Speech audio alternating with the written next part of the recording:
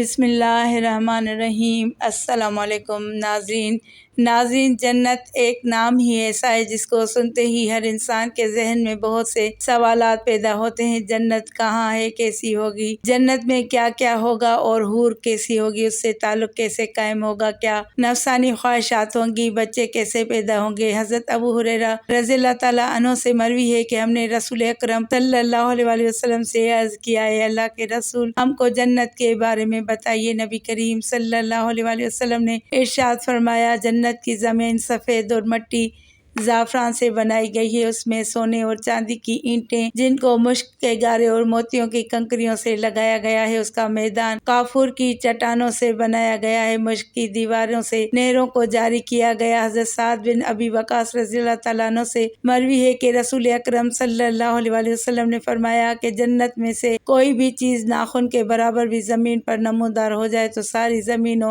آسمان کو روشن کر سکتی ہے۔ حضرت عبادہ بن ثابت رضی اللہ تعالیٰ عنہ فرماتے ہیں کہ نبی کریم کا فرمان عالی شان ہے، جنت میں 100 منزلیں ہیں، ہر منزل اتنی بلند ہے جتنا کہ زمین و آسمان کے درمیان فاصلہ۔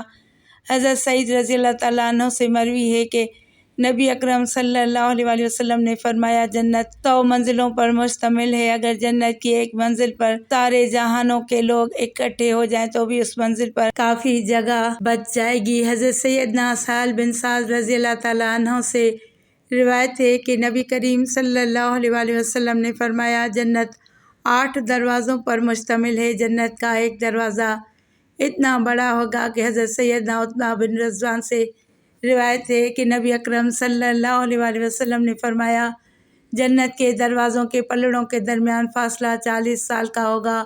حضرت موسیٰ رضی اللہ تعالیٰ عنہ سے مروی ہے کہ حضرت محمد صلی اللہ علیہ وسلم نے فرمایا کہ مومن کے لیے جنت میں کھوکھلے موتی کی مانند خیمہ ہوگا جو کہ 7 میل کی دوری پر مشتمل ہوگا۔ جنتیوں کے لیے ایسے باغات ہیں جن کے نیچے نہریں گزر رہی ہوں گی۔ جو مومن جنت میں داخل ہوگا اس کو سبز کپڑے اور سونے کے کنگن سے مالا مال کیا جائے گا۔ سیدنا ابو سعید رضی اللہ تعالیٰ عنہ سے مروی ہے کہ رسول اکرم صلی اللہ علیہ وسلم کا فرمان ہے، جو کوئی بڑھاپے یا کم عمری میں وصال کر جائے گا اس کو جنت میں 30 سال کا بنا دیا جائے گا۔ جنت میں داخل ہونے والے مومن ٹیک لگا کر بیٹھا کریں گے، اس طرح سے ان کو آرام و سکون میسر ہوگا۔ حضرت انس رضی اللہ تعالیٰ عنہ سے مروی ہے کہ رسول اکرم صلی اللہ علیہ وسلم نے فرمایا کہ جنتیوں میں سے جو سب سے نچلے درجے کا جنتی ہوگا اس کے لیے 10,000 نوکر ہوں گے اور اس کے ہاتھوں میں 2 قسم کے پیالے ہوں گے، جن میں سے ایک چاندی کا دوسرا سونے، جس میں مختلف قسم کے کھانے ہوں گے جو ایک دوسرے سے علیحدہ علیحدہ ہوں گے۔ حضرت سیدنا میمونہ رضی اللہ تعالیٰ عنہا سے مروی ہے کہ میں نے حضرت محمد صلی اللہ علیہ وسلم کو فرماتے ہوئے سنا کہ اگر کوئی جنت کسی پرندے کی خواہش کرے گا، اللہ کے حکم سے وہ پرندہ اس کے آگے پک کر حاضر ہو جائے گا، جب وہ اس سے پیٹ بھر لے گا تو پرندہ پھر سے زندہ ہو کر اڑ جائے گا۔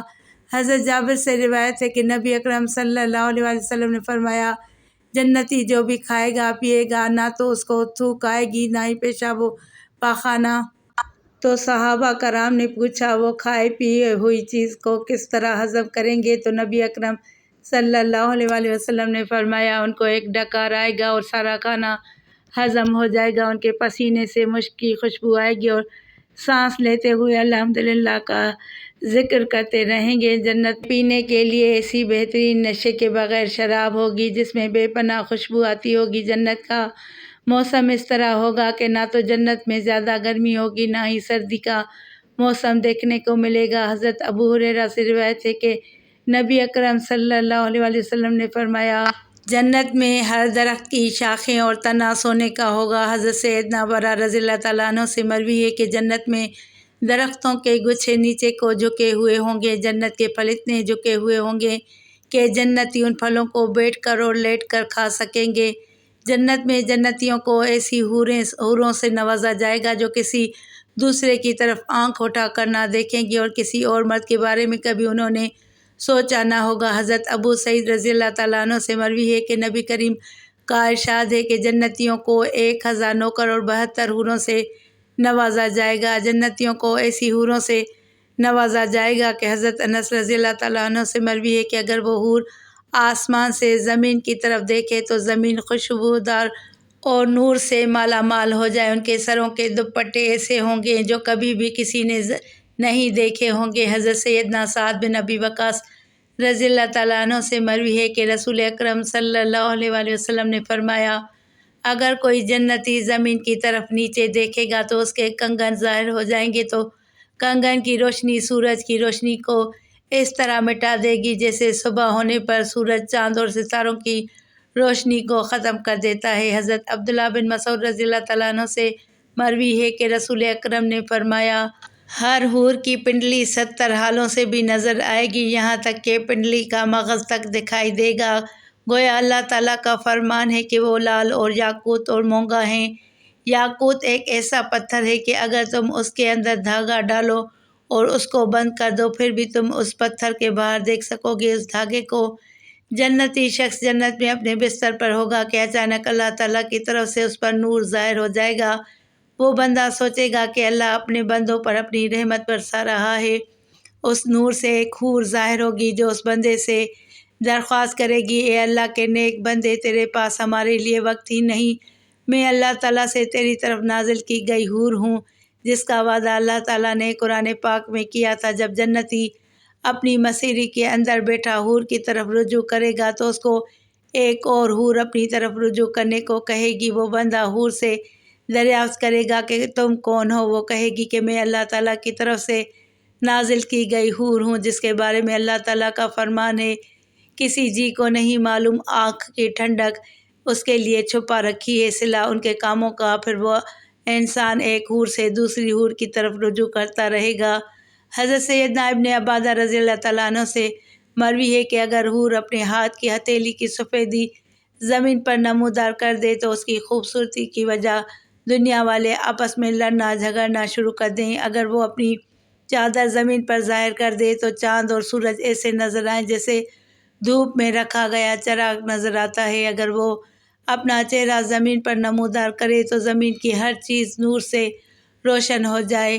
حضرت ابن عباس رضی اللہ تعالیٰ عنہ سے مروی ہے کہ اگر جنت کی حوروں میں ایک حور 7 سمندروں کے اندر اپنا تھوک ڈال دے تو اس تھوک کی وجہ سے 7 سمندر شہد سے بھی زیادہ میٹھے ہو جائیں گے۔ جنتیوں کو کم سے کم 2 ایسی حوریں بھی ملیں گی جنہوں نے 70 جوڑے بھی پہنے ہوں گے لیکن پھر بھی ان پنڈلیوں کا گوشت نظر آئے گا۔ ان کے رخسار ایسے صاف ظاہر ہوں گے کہ اس میں سے جنتی اپنا منہ شیشے کی طرح صاف دیکھ سکے گا۔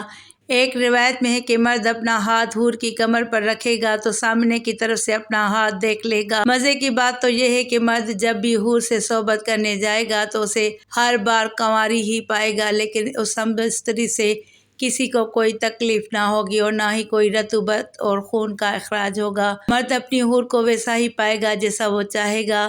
حضرت امام احمد نے حدیث نمبر 15773 میں حضرت ابو ذر العقیلی رضی اللہ تعالیٰ عنہ سے روایت کی ہے کہ حضور صلی اللہ علیہ وآلہ وسلم نے فرمایا، نیک مرد اور نیک عورتیں جنت میں ایسے ہی لذت پائیں گے جیسے تم دنیا میں لذت پاتے ہو اور وہ تم سے لذت حاصل کرتی ہیں۔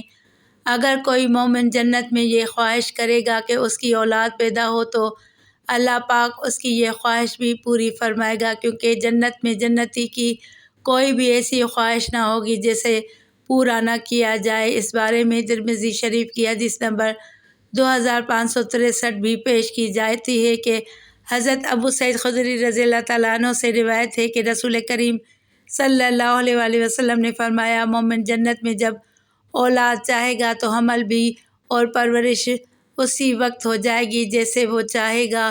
البانی رحمۃ اللہ تعالیٰ علیہ نے صحیح الجامع میں صحیح کہا ہے۔ اب حمل کا ٹھہرنا، مدت مکمل ہونا اور اس کے بعد 33 سالہ جوان ایک ہی لمحے میں ہو جانا اس حدیث میں ثابت ہے۔ اور قابل ذکر بات یہ ہے کہ حدیث میں لفظ استعمال ہوا ہے کہ جیسے وہ چاہے گا، مطلب یہ ہے کہ لڑکا اور لڑکی جو جنتی چاہے گا وہی پیدا ہوگا۔ حدیث سے یہ بھی ثابت ہوتا ہے کہ جنت کی اولاد دنیاوی اولاد کی طرح نہ ہوگی بلکہ یہ سارا مرحلہ ایک ہی لمحے میں مکمل ہو جائے گا۔ اور چونکہ جنت میں چھوٹے بچے نہ ہوں گے اس لیے بچے پیدا ہوتے ساتھ ہی 33 سال کا کڑیل جوان بن جائے گا۔ اللہ پاک سے دعا ہے کہ وہ ہمیں نیک اعمال کرنے اور برائیوں سے بچنے اور جنت حاصل کرنے والے اعمال کرنے کی توفیق عطا فرمائے، آمین یا رب العالمین۔